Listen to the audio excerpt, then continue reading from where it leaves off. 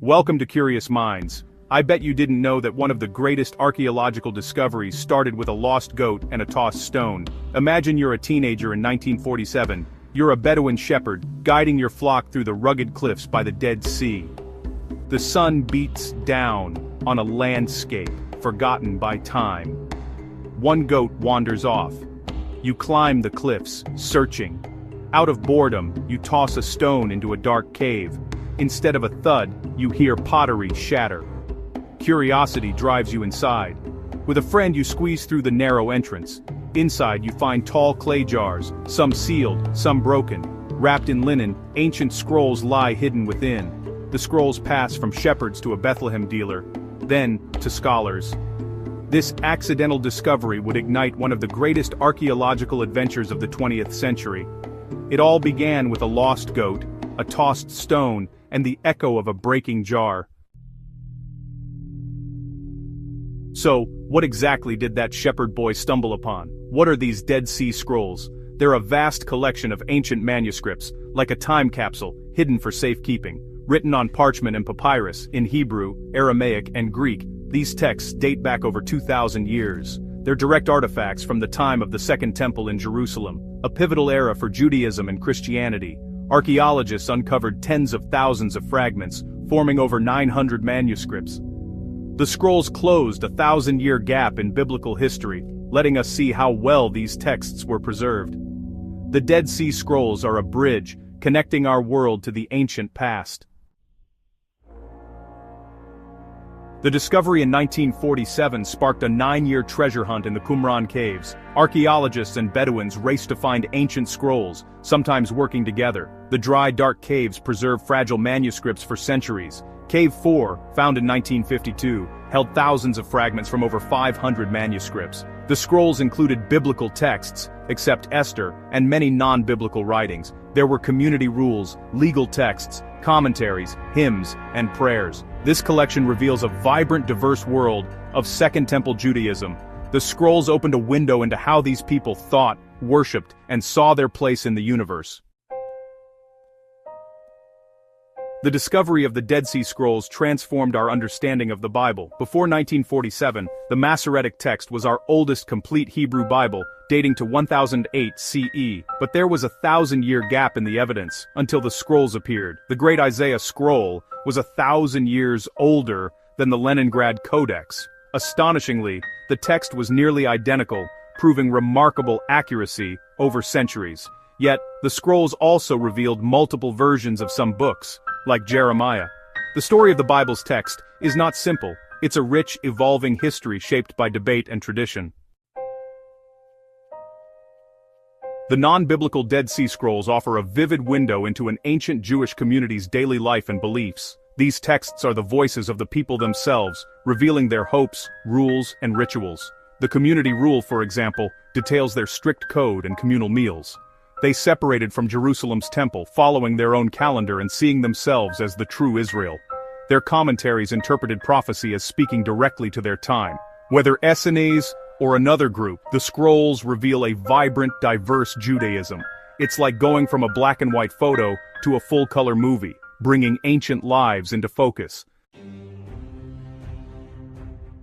Among all the parchment and papyrus, archaeologists in Cave 3 found something completely different. It was a scroll made of metal, thin sheets of copper, riveted together, with text hammered into the surface. Unlike the other scrolls, this was not a religious or community text. It was a list of 64 locations where an immense treasure of gold and silver was supposedly hidden. The quantities described are staggering, tons of precious metals, along with priestly vestments and other valuables. The directions are cryptic, referencing landmarks that are now lost to time, in the ruin that is in the valley of Achor, or in the cistern which is below the rampart. It reads like a real-life treasure map. The copper scroll is a complete enigma. Was it a real list of treasure hidden from the Roman army before the destruction of the temple in 70 CE? If so, it would represent the temple treasury, an unimaginable fortune.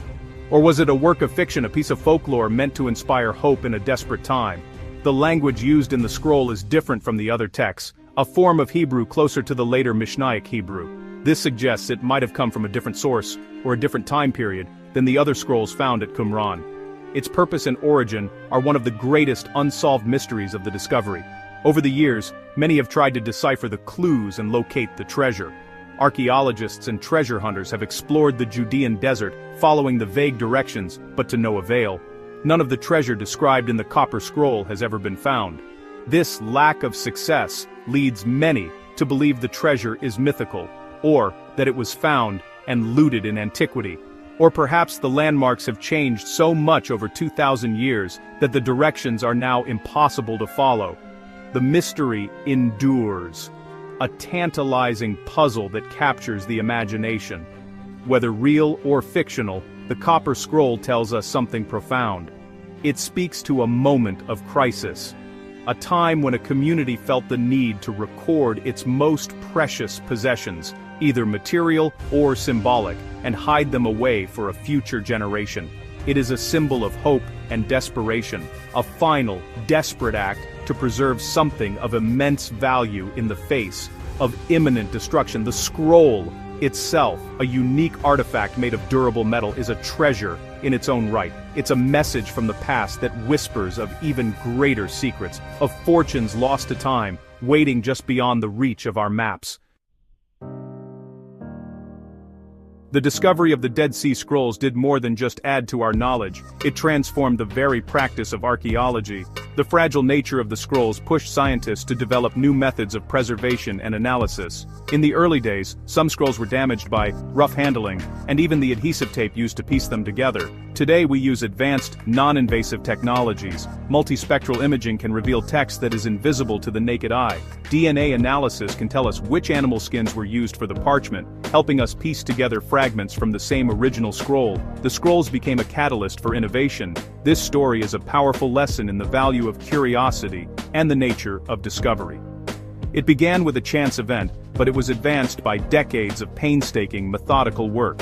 It required collaboration across disciplines: archaeologists, historians, linguists, chemists, and computer scientists. The scrolls are now largely digitized and available online, allowing a global community of scholars and curious minds to study them. The project has moved from dusty caves and museum backrooms into the digital cosmos, a testament to how technology can democratize access to our shared human heritage. It's a journey from a broken jar to a global database. The story is not over. In recent years, new fragments have been discovered in other caves in the Judean desert. Archaeologists are still surveying the thousands of caves in the region, using drones and advanced imaging to search for new sites before looters can reach them. The race that began in 1947 continues to this day. There is a sense that we have only scratched the surface. The same dry, stable conditions that preserved the first scrolls could be protecting countless other artifacts. What else might be out there, hidden in the labyrinth of cliffs and canyons? And that brings us to the biggest question of all.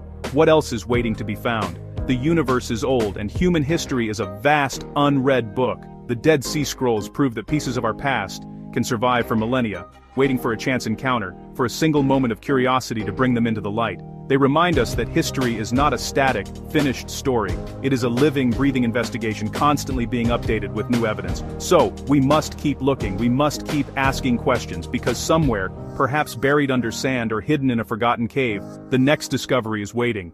The next echo from our distant past is on its way. What will it tell us? If you like this video, please like and subscribe to Curious Minds for more fascinating content.